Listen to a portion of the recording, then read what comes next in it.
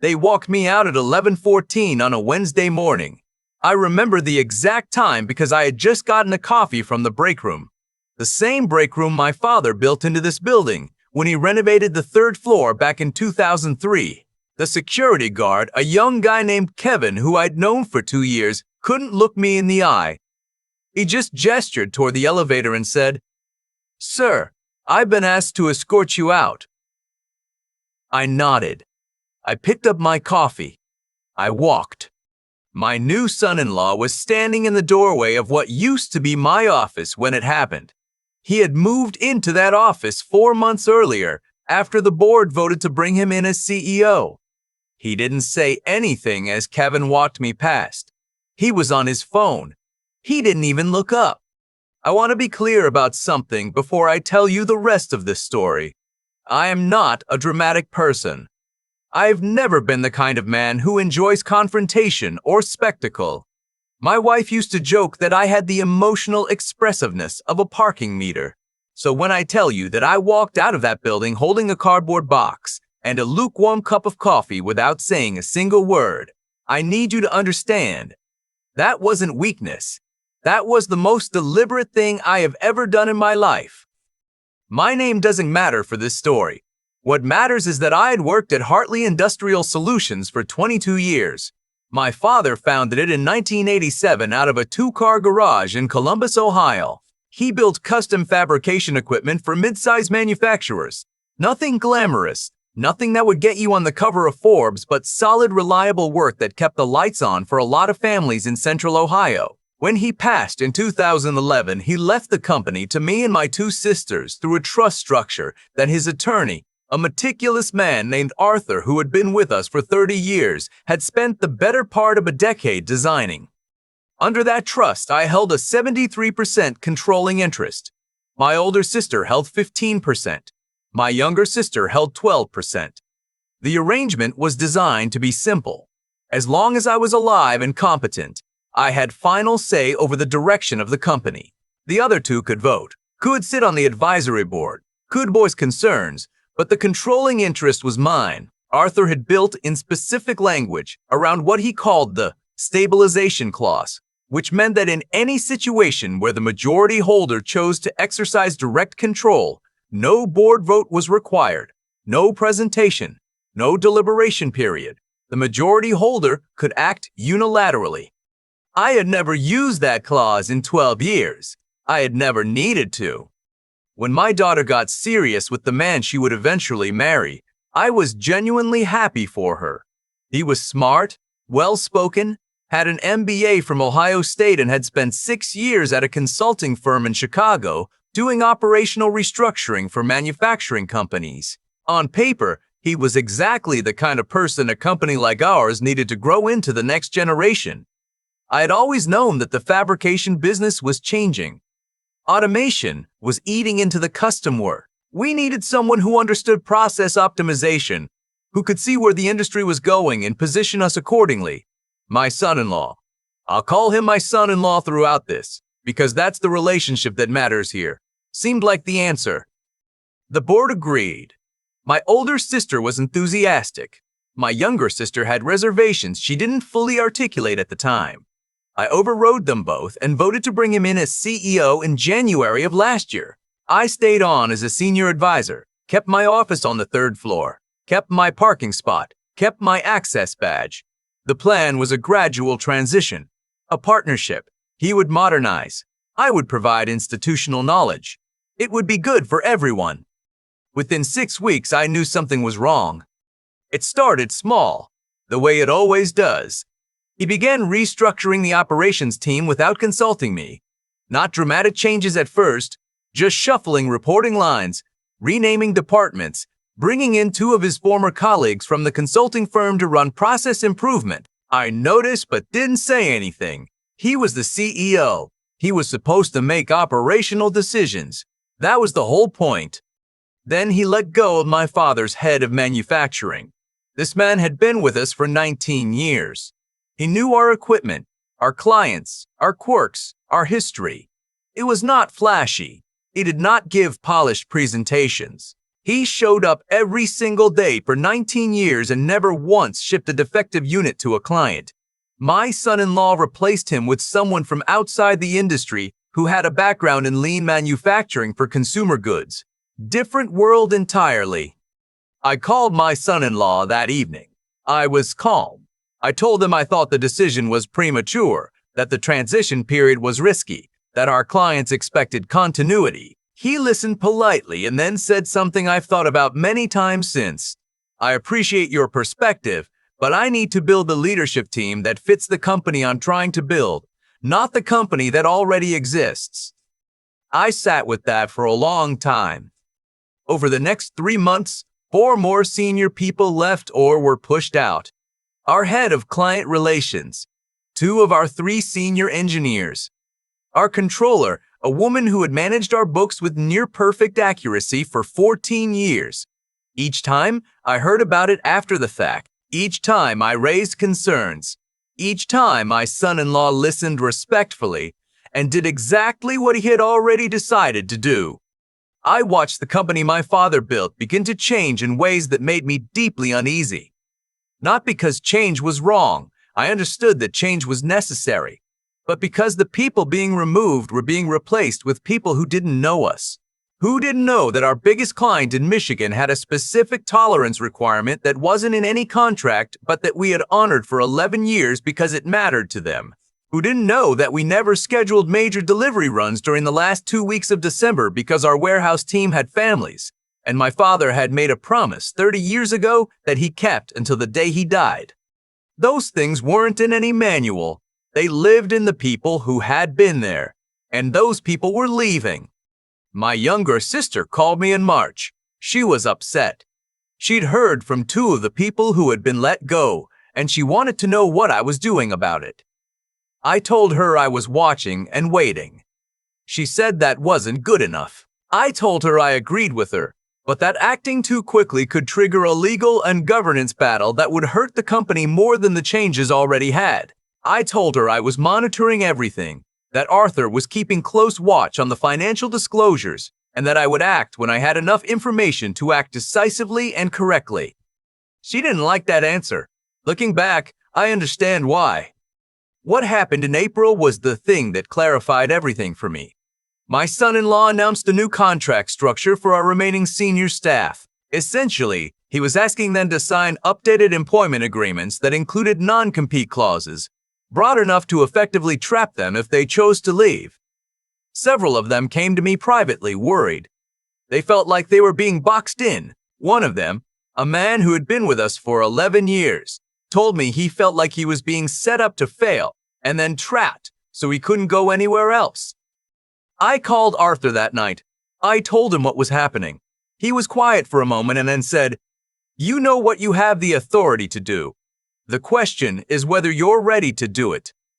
I told him I needed 2 more weeks. I wanted the Q1 financials.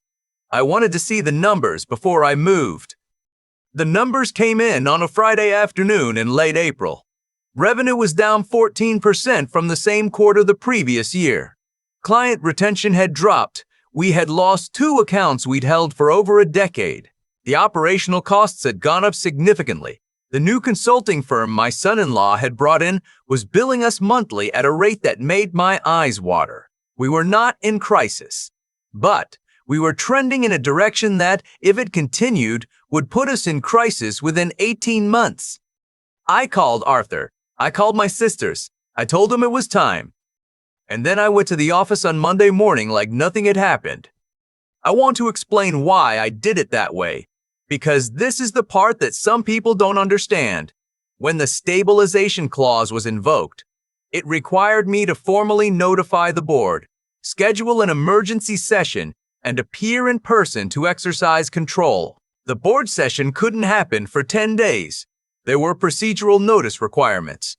I knew that the moment word got out that I was moving, my son-in-law would start taking defensive actions. He would lawyer up, challenge the trust structure, potentially move to create confusion about the legitimacy of the clause.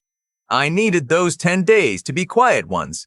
I needed him to not know anything was coming. So I kept going to the office. I kept having lunch in the break room. I kept nodding when he stopped by to update me on things. I kept being, to all appearances, the pleasant, disengaged former owner who had handed over the reins and was gracefully stepping back. On the Thursday of that second week, he called me into what used to be my office and asked me to sit down. He told me that as part of his organizational restructuring, he had determined that my senior advisor role was redundant. He said the function I provided, institutional knowledge and client relationship support, could be handled by his new team. He said he appreciated my years of service and my family's legacy with the company, and that he wanted to handle this respectfully, but that my position was being eliminated effective immediately. He slid a severance agreement across the desk. It was generous. 3 years of pay, benefits continuation, a non-disparagement clause that ran in both directions. He said security would escort me out when I was ready. I looked at the severance agreement. I looked at him. He was checking something on his phone. He had not made eye contact with me once during the entire conversation. I said, "I appreciate you telling me directly." He looked up, briefly surprised by my tone.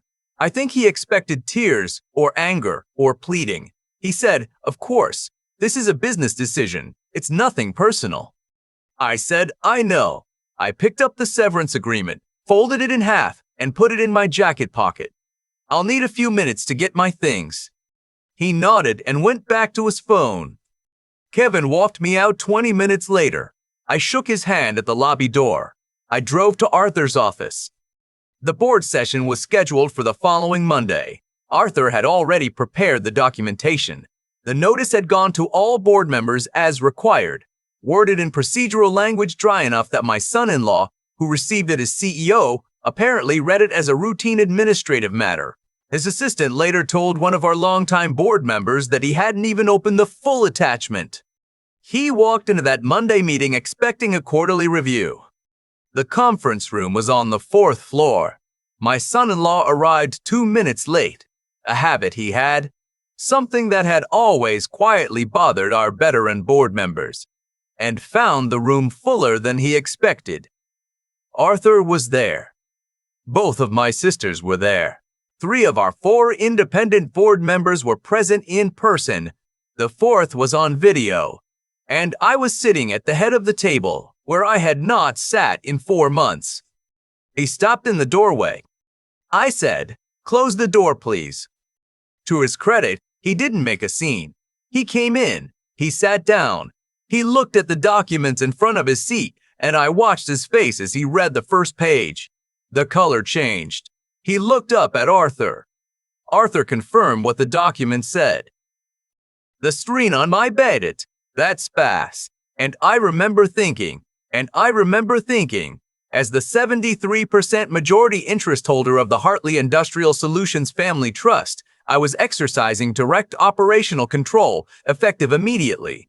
The CEO position was being dissolved. A transition committee, chaired by my older sister, would manage operations while the board conducted a proper search for new leadership.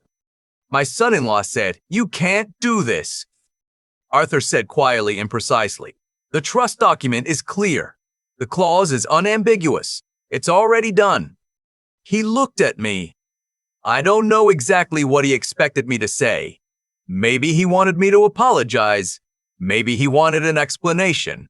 Maybe he wanted me to acknowledge how awkward this was, given that we were family, given that he would have to go home that evening and face my daughter. I said, "I gave you every opportunity to build something good here. I stayed out of your way. I let you make decisions I disagreed with because I wanted to give you a real chance. But when I saw where this was going, I had an obligation to my father's employees, to our clients, to the people who have been here for years and deserve better than what was happening." He said, "So this was always going to happen. You were never actually stepping back." I said, "I was stepping back until I couldn't anymore." He left. His badge was deactivated before he reached the lobby. That afternoon, I called the head of manufacturing who had been let go 4 months earlier. I asked him if he had found other work. He said he had a few things in progress, but nothing finalized. I asked him to come back. Same title. A 12% raise. I told him I was sorry it had taken me this long. He was quiet for a moment. Then he said, "I wondered when you'd call." Over the following 3 weeks, I reached out to 4 others who had been pushed out. 3 of them came back. The 4th had already committed to something new, but she sent me a note that I kept. She said she'd always known the company was worth something. She was glad to know she'd been right. The Q2 numbers, 8 months later, were the best we had posted in 4 years. The client we had nearly lost in Michigan renewed their contract, a 5-year term, the longest they had ever signed with us. The consulting firm my son-in-law had brought in was thanked for their services and let go. The monthly billing stopped. The non-compete agreements the remaining staff had been pressured to sign were voided. My daughter and I had a difficult few months. I won't pretend otherwise. She is the person I love most in this world, and watching her navigate what happened, the professional humiliation for her husband, the family complexity, the questions from her friends, was genuinely painful. We had long conversations. Hard ones? I told her I had acted because I had to, not because I wanted to. I told her that her husband was a smart man who had made decisions that weren't right for this company, and that those 2 things could both be true simultaneously. She took time. She was angry, then sad, then something closer to understanding. She told me eventually that she had actually seen some of what was happening and hadn't known what to do about it. We are fine now, better even, in the way that hard conversations sometimes make things better when they're finally over. My son-in-law has moved on. He found a position at a consulting firm, which is probably where his skills belong. We are cordial when we see each other at family events. We will probably never be close. I accepted that a long time ago. The thing people ask me most when I tell this story is some version of, "Why did you wait so long?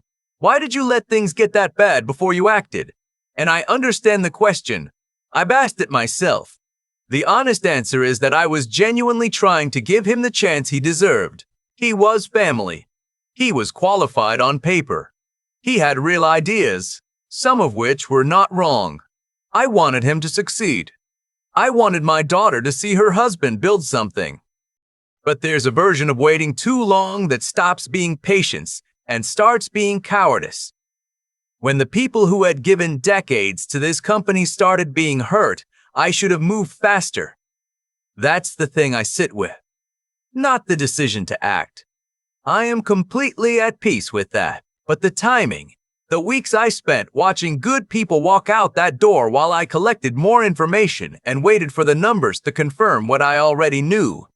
My father used to say that a business is just people who have decided to trust each other long enough to build something. The moment you stop honoring that trust, in either direction, you've started tearing down what everyone built together. I believe that. I should have acted on it sooner. I have been back in this building every day for 8 months now. My office is on the 3rd floor again. The coffee in the break room is the same terrible institutional blend it has always been. Kevin is still at the security desk. He makes eye contact now. The building has my father's name on it. That was always the point. I keep thinking about Kevin, the security guard who couldn't look me in the eye when he walked me out. He's a young guy. He didn't choose that moment. He was just doing what he was told. The same way a lot of people in that building were doing what they were told, right up until the moment someone decided to stop letting it happen. That's the thing about consequences. They don't announce themselves. They accumulate quietly in the background while everyone is busy with other things. And then one Monday morning, they walk through the door and sit down at the head of the table. My son-in-law was not a bad person. I want to be honest about that. He was talented in certain ways, genuinely so. But talent without integrity is a machine with no steering. It moves fast and covers ground, but it doesn't know what it's running over. He made decision after decision that prioritized the company he imagined over the people who had actually built the one that existed. He let go of a man who had given 19 years of his life to us without so much as a real conversation. He pressured good people into contracts designed to trap them. He treated institutional knowledge, the kind that only lives in human beings, not spreadsheets like it was dead weight. Every one of those choices had a cost. He just wasn't keeping the ledger. I wasn't innocent in this either. I waited longer than I should have. I told myself I was being strategic, being patient, giving him a fair chance.